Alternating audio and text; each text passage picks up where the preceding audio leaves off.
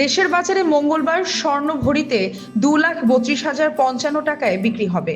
সোমবার স্বর্ণ ভরিতে 4,199 টাকা বাড়িয়েছে বাংলাদেশ জুয়েলার্স অ্যাসোসিয়েশন বাজুস।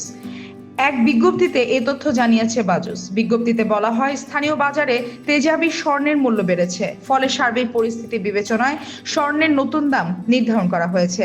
নতুন দাম অনুযায়ী দেশের বাজারে প্রতি ভরি 22 ক্যারেটের স্বর্ণের দাম পড়বে 2,32,055 টাকা। এছাড়া 21 ক্যারেটের প্রতি ভরি 2,21,499 টাকা, 18 ক্যারেটের প্রতি ভরি 1,89,890 টাকা এবং সনাতন পদ্ধতির প্রতি ভরি স্বর্ণের দাম 1,56,881 টাকা নির্ধারণ করা হয়েছে।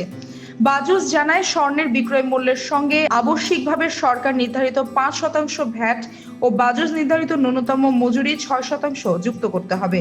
তবে গহনার ডিজাইন ও মানভেদে মজুরি তারতম্য হতে পারে।